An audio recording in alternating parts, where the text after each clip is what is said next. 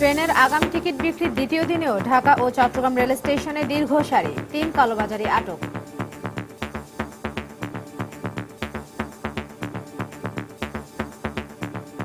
Ticket অনেক দীর্ঘ দিয়েছে, মানে পার টিকিট প্রতি দেখা যাচ্ছে 5 মিনিটের বেশি দিয়েছে। টিকিটটা কখন পাবো আমি নিজেই বলতে পারতেছি না। কর্তৃপক্ষ যদি 7টা থেকে যদি টিকিটটা বিক্রি করতো তাহলে অনেক ভালো হতো। বাড়ি যেতে পারবো যে টিকিট পেলাম, মানে এই পরিশ্রমটা আর কি সার্থক হইলো আর কি। বিশ্বাস করতে পারছি না যে টিকিট আমি পেয়েছি হাতে। অনেক অনেক অনেক এক্সাইটেড, অনেক ভালো লাগছে। প্রত্যেকটা বাহিনী আমরা সম্মিলিতভাবে একসাথে কাজ করতে যাতে সম্মানিত যাত্রী সাধারণ সঠিকভাবে যাইতে পারে। ঈদ যাত্রা নির্বিঘ্ন করতে প্রায় সব প্রস্তুতি সেরে নেওয়ার দাবি লঞ্চ মালিকদের। 22 সেপ্টেম্বর থেকে শুরু হচ্ছে বিশেষ সার্ভিস। আগে যে সমস্ত জাহাজে এত ম্যাক্সিমাম 1000 লোক তুলতে পারত, এখন সেখানে 3000, 4000, 5000 লোক ওঠার মতো জাহাজ, যাতে আমাদের যাত্রীরা সবাই শান্তিতে যেতে পারে, আবার শান্তিতে ফিরে আসতে পারে। দেখছিলেন প্রধান শিরোনাম। রাত 11টার সময় সঙ্গে আছি আমি ইশরাত জাহান এবং আমি সাইফুল রুদ্র। এবার অন্যান্য শীর্ষ সংবাদ। অর্থমন্ত্রীকে প্রধান করে পুনর্গঠিত বেতন বৈষম্য দূরীকরণ কমিটির প্রজ্ঞাপন প্রত্যাখ্যান করলেন শিক্ষকরা, নেতৃত্ব পরিবর্তনের দাবি। ট্রাইব্যুনাল আইনে জামায়াতের বিচার নিয়ে বিতর্ক থাকায় সংশোধনী এখনো ফাইলবন্দী, বললেন আইনমন্ত্রী। বিদ্যমান ট্রাইব্যুনালেই সংগঠনটির বিচার সম্ভব, মত সাবেক আইনমন্ত্রী। সারা দেশে আজ থেকে আয়কর মেলা শুরু। ভোগান্তি এড়িয়ে আয়কর রিটার্ন জমা দিতে করদাতাদের ভিড়, সর্বোচ্চ সেবা দেওয়ার প্রতিশ্রুতি এনবিআরের। এবং মেডিকেল ভর্তি পরীক্ষায় প্রশ্ন ফাঁসের ঘটনায় আটক 4। ভর্তিচ্ছুদের পাশাপাশি অভিভাবকদের জিম্মি করে আদায় করা হতো টাকা।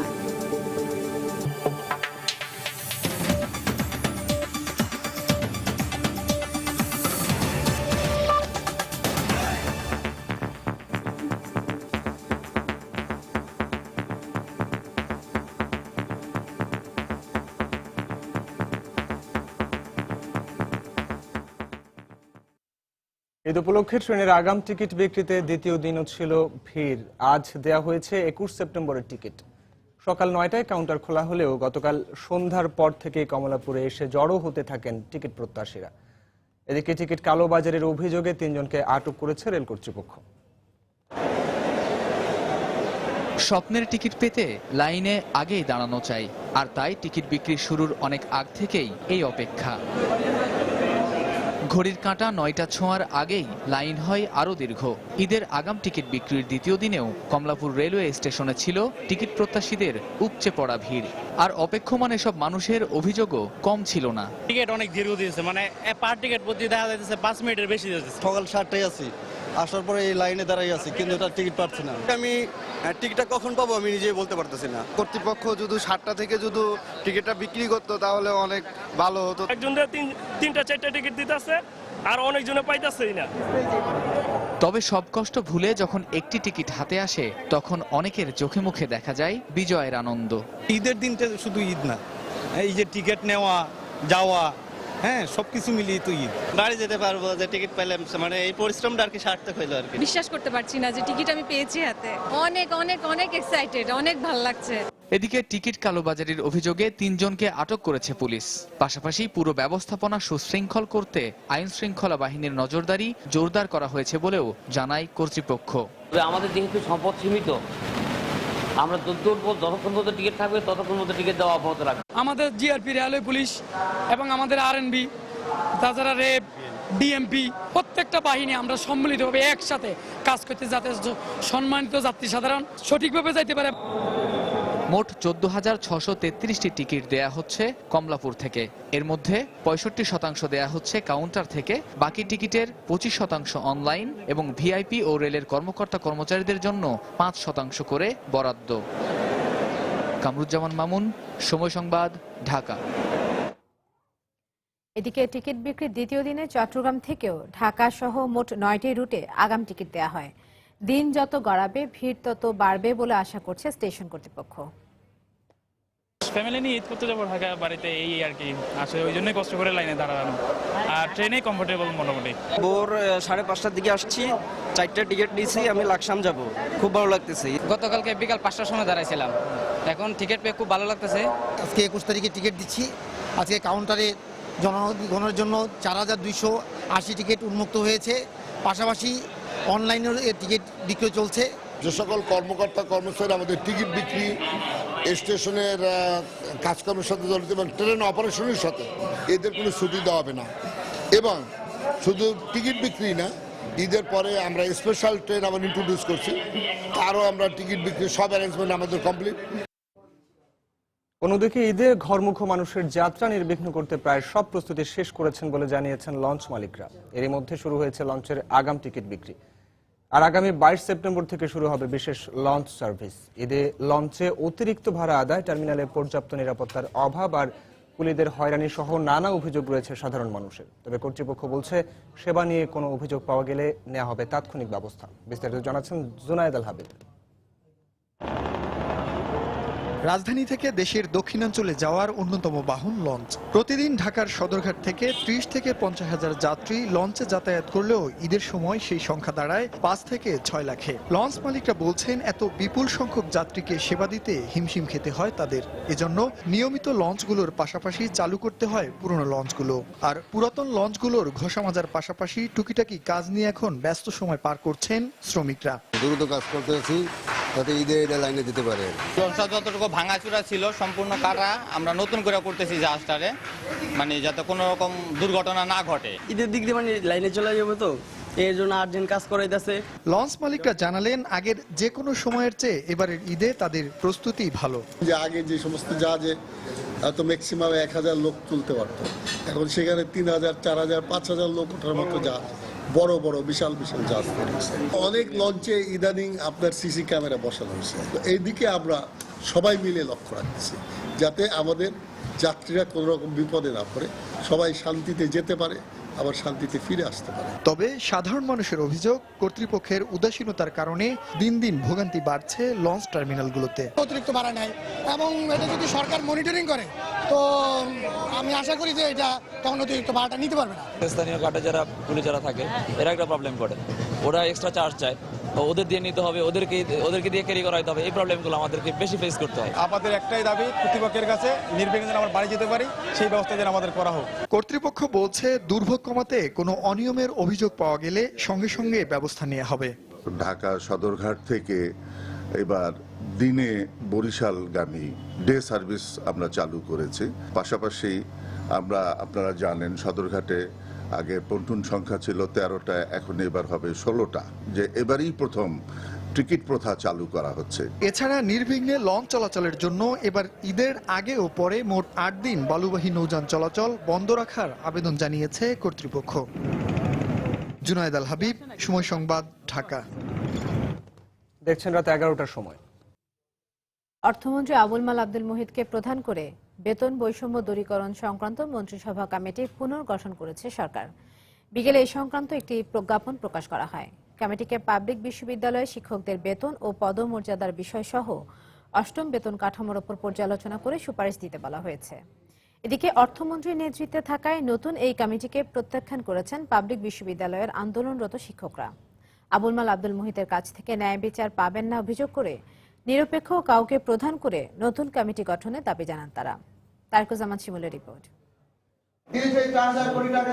নিজেদের বেতন ও পদমর্যাদা কমানো হয়েছে দাবি করে 8ম বেতন কাঠামো চূড়ান্ত হবার পর থেকেই আপত্তি জানিয়ে আসছিলেন পাবলিক বিশ্ববিদ্যালয়ের শিক্ষকরা। শুরুতে স্মারকলিপি প্রদান ও সরকার মহলের সাথে আলাপ আলোচনায় সীমাবদ্ধ থাকলেও শিক্ষকরা কঠোর অবস্থানে যান গত 7 সেপ্টেম্বর মন্ত্রিসভায় নতুন বেতন কাঠামোটি অনুমোদনের পর। একযোগে দেশের সবগুলো পাবলিক বিশ্ববিদ্যালয়ে শুরু হয় কর্মবিরতি, হুঁশিয়ারি দেওয়া হয় দাবি আদায় না হলে আরও কঠোর আন্দোলনে যাবার। আর এতে বিপাকে পড়েন বিশ্ববিদ্যালয়ে পড়ুয়া লাখো শিক্ষার্থী।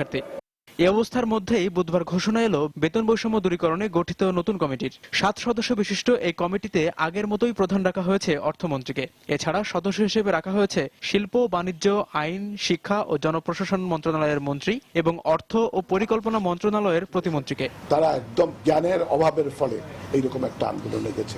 শিক্ষকদের নিয়ে বিরূপ মন্তব্য করায় আগে থেকেই অর্থমন্ত্রীর বিষয়ে নেতিবাচক অবস্থানে ছিলেন পাবলিক বিশ্ববিদ্যালয়ের শিক্ষকরা। তারপরও আবুল মাল আব্দুল মুহিতকে বেতন বৈষম্য দূরীকরণে গঠিত নতুন কমিটির প্রধান করাই ক্ষোভ প্রকাশ করেছেন শিক্ষক নেতারা। যেহেতু অর্থমন্ত্রী শিক্ষকদের প্রতিপক্ষ হিসেবে ইতিমধ্যে দাঁড়িয়েছে, শিক্ষাঙ্গন, শিক্ষা ব্যবস্থা এবং শিক্ষকদের বিরুদ্ধে বিভ্রান্তিকর তথ্য পরিবেশন করেছেন।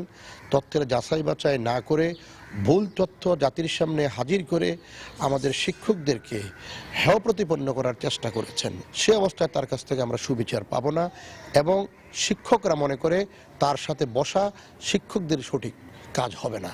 নিরপেক্ষ এদেশের আন্দোলন সংগ্রামে, দেশ গঠনে, জাতি গঠনে, শিক্ষা আন্দোলনে যারা অতীতে ভূমিকা রেখে এই শিক্ষাঙ্গন থেকে পরবর্তীতে আজকে জাতির নেতৃত্ব দিচ্ছে, যারা এই সরকারের সিনিয়র মন্ত্রী হিসেবে আছেন, তাদের কাউকে দিয়ে এই কমিটি গঠন করা হোক। এছাড়া দাবি আদায়ে পূর্ব ঘোষণা অনুযায়ী বৃহস্পতিবার সবগুলো পাবলিক বিশ্ববিদ্যালয়ে কর্মবিরতি পালন করবেন বলেও জানিয়েছেন তিনি। আইনি বলে যারা মনে করে।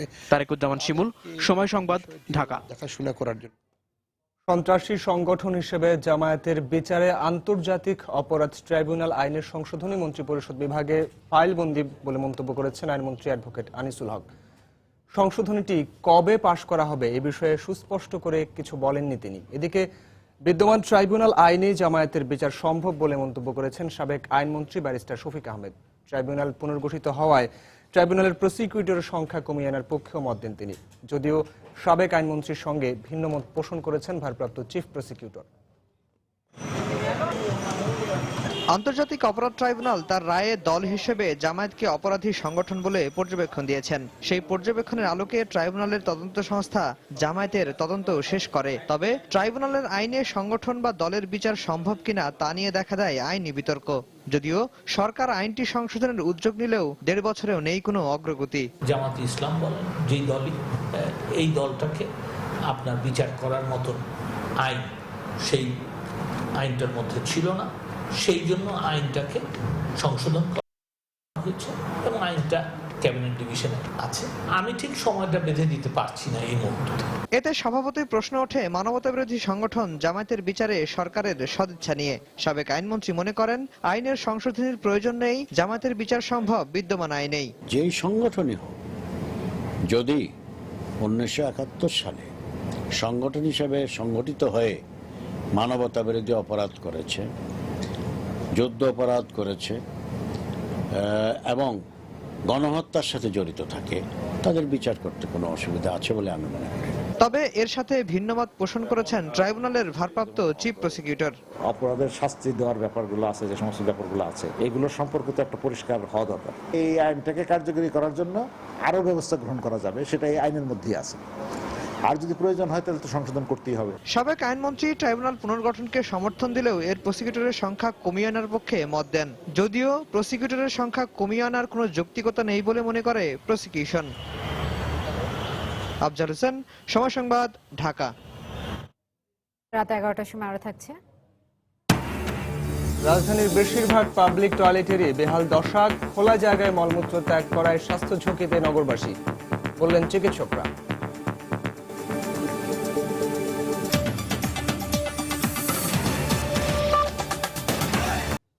প্রধানমন্ত্রী শেখ হাসিনা বলেছেন, সাম্প্রদায়িক সম্প্রীতির চর্চায় বাংলাদেশ উজ্জ্বল দৃষ্টান্ত স্থাপন করেছে। সব ধর্মের মানুষ এখানে স্বাধীনভাবে নিজ নিজ ধর্ম পালন করতে পারে বলেও মন্তব্য করেন তিনি। ঢাকা সফররত ইরানের পররাষ্ট্রমন্ত্রী ডক্টর মোহাম্মদ জাভেদ জারিফ আজ প্রধানমন্ত্রীর সঙ্গে তার কার্যালয়ে দেখা করতে গেলে তিনি এসব কথা বলেন। এ সময় যুক্তরাষ্ট্র, রাশিয়া এবং যুক্তরাজ্য সহ পরমাণু শক্তিধর 6 দেশের সঙ্গে ইরানের পরমাণু চুক্তি বিষয়ে প্রধানমন্ত্রীকে অবহিত করেন দেশটির পররাষ্ট্রমন্ত্রী।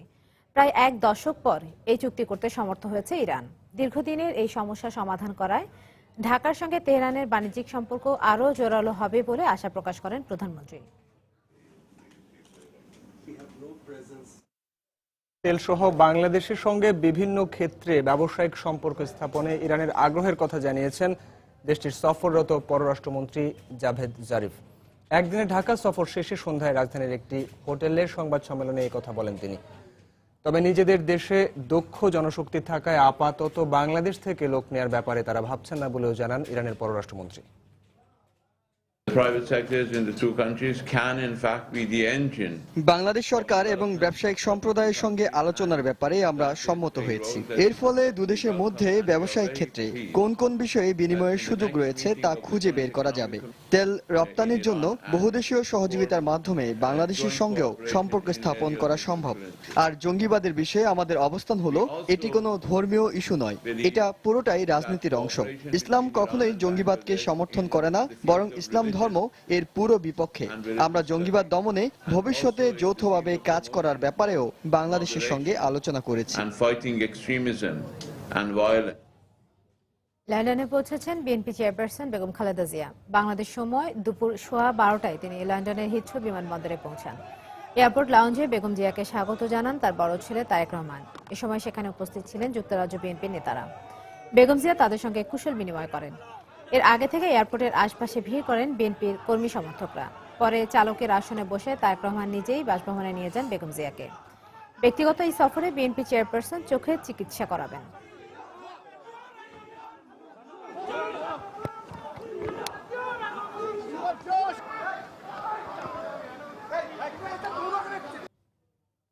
মন্ত্রী ও সচিবরা সৎ থাকলে মন্ত্রণালয়ের দুর্নীতি অর্ধেক কমে যাবে বলে মন্তব্য করেছেন সড়ক পরিবহন ও সেতু মন্ত্রী ওবায়দুল কাদের। রাজনীতি সহ বিভিন্ন ক্ষেত্রে বিরোধ সত্ত্বেও মুক্তিযুদ্ধ, দারিদ্র্য নিরসন ও সন্ত্রাস মোকাবেলার ক্ষেত্রে দলমত নির্বিশেষে ঐক্যবদ্ধভাবে কাজ করা উচিত। বিকেলে সচিবালয়ে জনপ্রশাসন ও গণমাধ্যম শীর্ষক দুদিনব্যাপী এক কর্মশালার সমাপনী অনুষ্ঠানে তিনি একথা বলেন। একটা মন্ত্রণালয়ের মন্ত্রী এবং সচিব এই দুজন লোক যদি অনেস্ট থাকে, ওই মন্ত্রণালয় থেকে 50% দুর্নীতি অটোমেটিক্যালি কমে যাবে। আমার আত্মীয় স্বজনরা অপকর্ম করে, যারা আমার সাথে কাজ করে তারা অপকর্ম করে, তাদের উপর আমার নিয়ন্ত্রণ নেই। তো সে অবস্থা আমি সব ব্যক্তি এটা দাবি করার কোনো কারণ নেই। পদ্মা ব্রিজ তৈরি হচ্ছে কিন্তু আমাদের সম্পর্কে সেতু তৈরি হচ্ছে না। আমাদের রাজনীতিতে যদি ব্রিজটা একটু তৈরি হয় ওয়ালের পরিবর্তে, তাহলে অন্য সবকিছুই বোধহয় প্রভাব পড়বে। কমন গ্লোরি হচ্ছে মুক্তিযুদ্ধ, এনিমি হচ্ছে দারিদ্র, ডেঞ্জার হচ্ছে টেরোরিজম। এই তিনটা প্রশ্নে let us find out common ground to work together. 2021 সালের আগে মধ্যম আয়ের দেশে উন্নীত হতে সবাইকে কর দেওয়ার আহ্বান জানিয়েছেন শিল্পমন্ত্রী আমির হোসেন আমু। সকালে রাজধানীর অফিসার্স ক্লাবে আয়কর মেলার উদ্বোধনী অনুষ্ঠানে তিনি কথা বলেন। সপ্তাহব্যাপী এই মেলায় করদাতাদের সেবা প্রদানে আয়কর রিটার্ন পূরণ, দাখিল ও কর পরিশোধ সহ বিভিন্ন সুবিধা রয়েছে। সুখী স্বদেশ গড়তে ভাই আয়করের বিকল্প নাই, এটি এবারের দেশব্যাপী আয়কর মেলার মূল প্রতিপাদ্য। দেশ গড়ার এমন প্রতিপাদ্য সামনে নিয়ে প্রথম দিনটি মেলা প্রাঙ্গণ মুখর হয়ে ওঠে নতুন পুরাতন করদাতাদের পদচারণায়। সপ্তাহব্যাপী আয়োজিত এই মেলায় করদাতাদের কর সেবা প্রদান, আয়কর রিটার্ন পূরণ, রিটার্ন দাখিল ও কর পরিশোধ সহ বিভিন্ন সুবিধা রাখা হয়েছে। এছাড়াও করদাতাদের জন্য ই পেমেন্ট বুথ, নতুন করদাতাদের টিআইএন সার্টিফিকেট নিবন্ধনে অনলাইন সুযোগ সুবিধা সহ বিভিন্ন সেবার ব্যবস্থা রয়েছে মেলাতে। মেলায় নারী, প্রতিবন্ধী ও প্রবীণদের জন্য রয়েছে আলাদা বুথের ব্যবস্থাও। পাশাপাশি মেলায় আয়কর জমা দেওয়ার জন্য ব্যাংকের বুথ ও প্রয়োজনীয় তথ্য সেবার ব্যবস্থাও রাখা হয়েছে। কোনো রকমের গ্যাঞ্জাম, গ্যাদারিং বা কারো মুখামুখি বা কোনো দালালের প্রতারণা এগুলির খপ্পরে পড়তে হয় না। বিভিন্ন জোন, বিভিন্ন সার্কেলে আছে, তো এখানে আসলে এক জায়গায় দেওয়া যায়। মেলায় দেওয়া অনেক সুবিধা এবং খুব সহজে এটা দিয়ে দেওয়া যায় এবং সাথে সাথে রিসিপ্টটা পাওয়া যায়। 22 সেপ্টেম্বর পর্যন্ত রাজধানী সহ বিভাগীয় শহরে 7 দিন, জেলা শহরে 4 দিন, প্রথমবারের মতো 29টি উপজেলায় 2 দিন এবং আরও 57টি উপজেলায় 1 দিনের জন্য ভ্রাম্যমাণ আয়কর মেলা চলবে। রাজস্ব বোর্ড বলছে, গেল বছর 1675 কোটি টাকা আয়কর সংগ্রহ এবং প্রায় 6.5 লাখ করদাতাকে সেবা দেওয়া হয়েছিল। এবার সে পরিসংখ্যান ছাড়িয়ে যাবে। আমি মনে করি যে আমাদের গত বছরের তুলনায় আমরা বেশি করদাতার কাছে আমাদের বার্তা পৌঁছে দিতে পারবো, আমাদের সেবা পৌঁছে দিতে পারবো। সকালে মেলার উদ্বোধনী অনুষ্ঠানে শিল্পমন্ত্রী দেশকে এগিয়ে নিতে সবাইকে কর দেওয়ার আহ্বান জানান।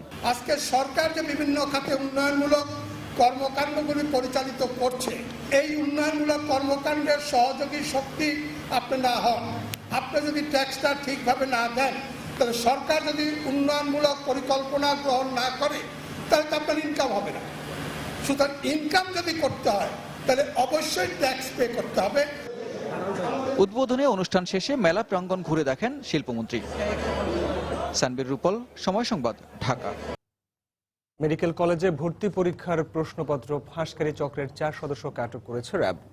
দুপুরে র্যাব সদর দপ্তরের সংবাদ সম্মেলনে জানানো হয়, মঙ্গলবার রাজধানীর বনানীর ডিওএইচএস এর একটি বাসায় অভিযান চালিয়ে তাদের আটক করা হয়।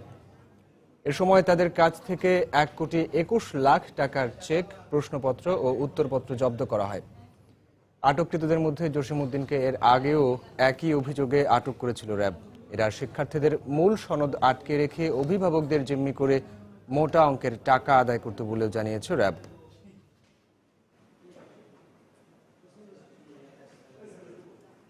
আসন্ন যে শুক্রবারে যে মেডিকেল কলেজে ভর্তি পরীক্ষা অনুষ্ঠিত হবে, সেই ভর্তি পরীক্ষায় প্রশ্নপত্র ফাঁস করে বেশ কিছু সংখ্যক এরকম শিক্ষার্থীদেরকে তাদের কাছ থেকে, অভিভাবকদের কাছ থেকে যোগাযোগ করছে এবং তাদের কাছ থেকে বেশ পরিমাণ অর্থ কিন্তু আদায়ের চেষ্টা করছে। সেই প্রেক্ষিতেই কিন্তু আমরা আমাদের গোয়েন্দা নজরদারি সহ অন্যান্য সকল কার্যক্রম গ্রহণ করি। গতকাল বিকালের দিকে ডিওএইচএস এর একটি বাসা থেকে সর্বমোট 4 জনকে এবং এদের সঙ্গে প্রায় 1,21,00,000 টাকার চেক, 2 সেট কোশ্চেন এবং বেশ কিছু অ্যাডমিট কার্ড যেগুলি ছিল সেগুলি সহ তাদেরকে আমরা আটক করতে সক্ষম হই।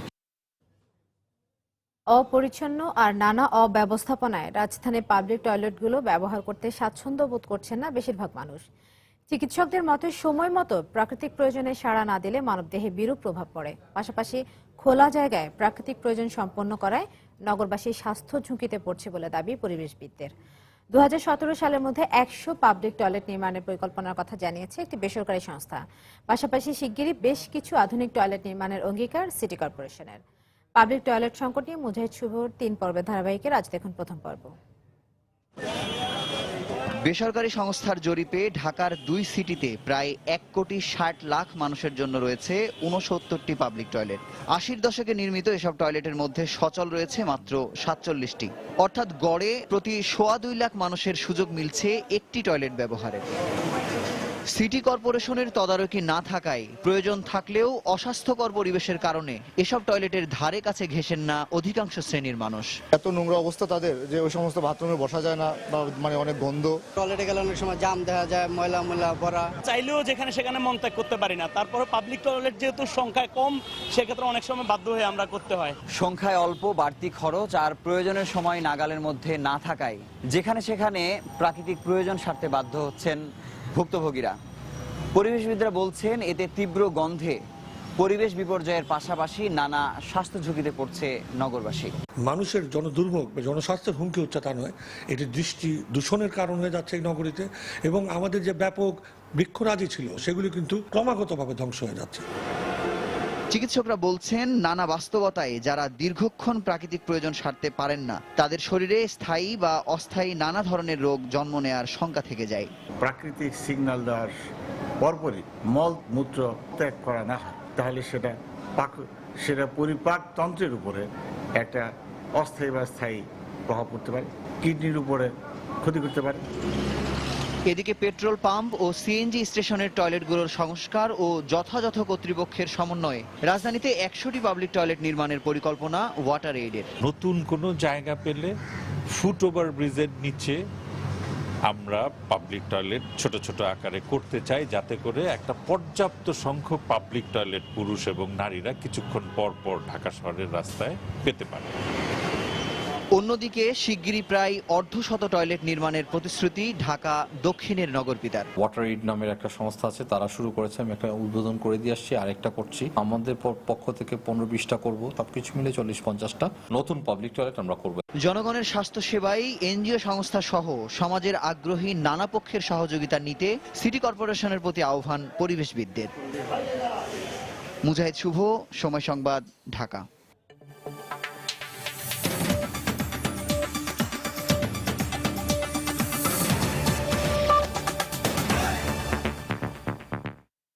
হাঙ্গেরি ও অস্ট্রিয়ার সরকার সীমান্তে কড়াকড়ি আরোপ করায় ক্ষুব্ধ হয়ে উঠেছেন আটকে পড়া আশ্রয় প্রত্যাশীরা। তবে ইউরোপে যাওয়ার নতুন পথ হিসেবে ক্রোয়েশিয়াকে ব্যবহার করতে শুরু করেছেন তারা। শরণার্থীদের 150 জনের একটি দল ক্রোয়েশিয়া পৌঁছানোর পর দেশটির সরকার জানিয়েছে শরণার্থীদের আশ্রয় দিতে কোনো সমস্যা নেই। এদিকে শরণার্থীদের বিষয়ে ইউরোপীয় ইউনিয়নকে দ্রুত সমঝোতায় আসার তাগিদ দিয়েছেন মার্কিন প্রেসিডেন্ট বারাক ওবামা। তবে সিরিয়ার প্রেসিডেন্ট বাশার আল আসাদ পশ্চিমারাই এই সংকট ডেকে এনেছে অভিযোগ করে বলেছেন, এই সংকট নিরসন করতে চাইলে পশ্চিমা বিশ্বকে আগেই সিরিয়া সংকটের সমাধান করতে হবে।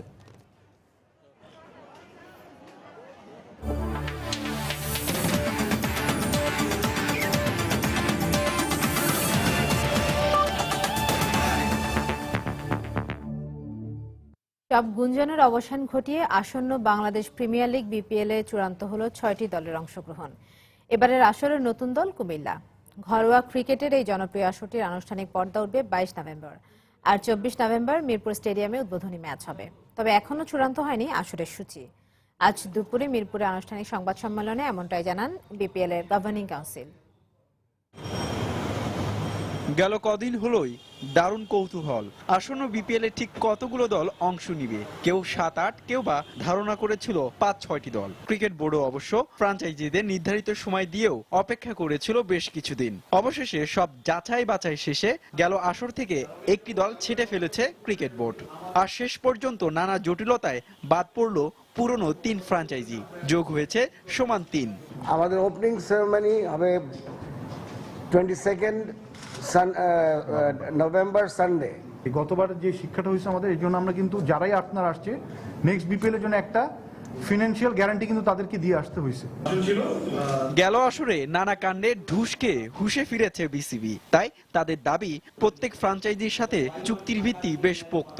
সে আস্থা আর বিশ্বাস থেকে পরবর্তী আসরে দলের সংখ্যা বাড়ানোর ইচ্ছা ক্রিকেট বোর্ডের। এখন আমরা যে টিমগুলো দিচ্ছি এটা কিন্তু 4 বছরের জন্য, 4 বছর পর এটা আবার রিনিউয়েবল, আলাপ আলোচনার মাধ্যমে এটা রিনিউয়েবল হবে। সো এখন আমাদের 6টা দিচ্ছি, এরপরে আমরা ইভেন্চুয়ালি প্রতি ইয়ার হয়তো টিম বাড়িয়ে এটা হাইয়েস্ট 10টা পর্যন্ত যাবো আর কি। অন্যদিকে পাকিস্তান ও ভারতের বিভিন্ন গণমাধ্যমের খবর, পাকিস্তানে বাংলাদেশ নারী ক্রিকেট দল না পাঠালে নাকি পিসিবি দেশটির খেলোয়াড়দের বিপিএল এ অংশ নিতে দিবে না। যদিও এমন খবর উড়িয়ে দিল ক্রিকেট বোর্ড। ফিনান্সিয়াল ইস্যুস নিয়ে কোনো সমস্যা ছিল আমাদের, সেগুলো কিন্তু আমরা মিটিয়ে দিয়েছি।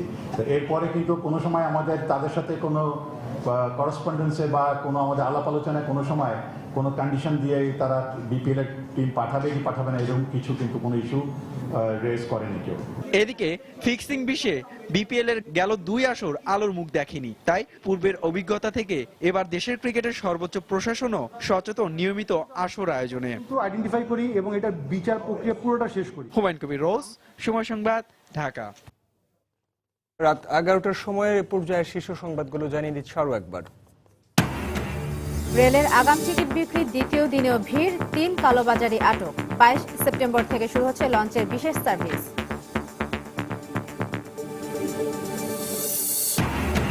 অর্থমন্ত্রীকে প্রধান করে পুনর্গঠিত বেতন বৈষম্য দূরীকরণ কমিটির প্রজ্ঞাপন প্রত্যাখ্যান করলেন শিক্ষকরা, নেতৃত্ব পরিবর্তনের দাবি। ট্রাইব্যুনাল আইনে জামায়াতের বিচার নিয়ে বিতর্ক থাকায় সংশোধনী এখনো ফাইলবন্দী, বললেন আইনমন্ত্রী। বিদ্যমান ট্রাইব্যুনালেই সংগঠনটির বিচার সম্ভব, মত সাবেক আইনমন্ত্রী। সারা দেশে আজ থেকে আয়কর মেলা শুরু, ভোগান্তি এড়িয়ে আয়কর রিটার্ন জমা দিতে করদাতাদের ভিড়, সর্বোচ্চ সেবা দেওয়ার প্রতিশ্রুতি এনবিআরের। এবং মেডিকেল ভর্তি পরীক্ষায় প্রশ্ন ফাঁসের ঘটনায় আটক 4। ভর্তির ছুতের পাশাপাশি অভিভাবকদের জিম্মি করে আদায় করা হতো টাকা।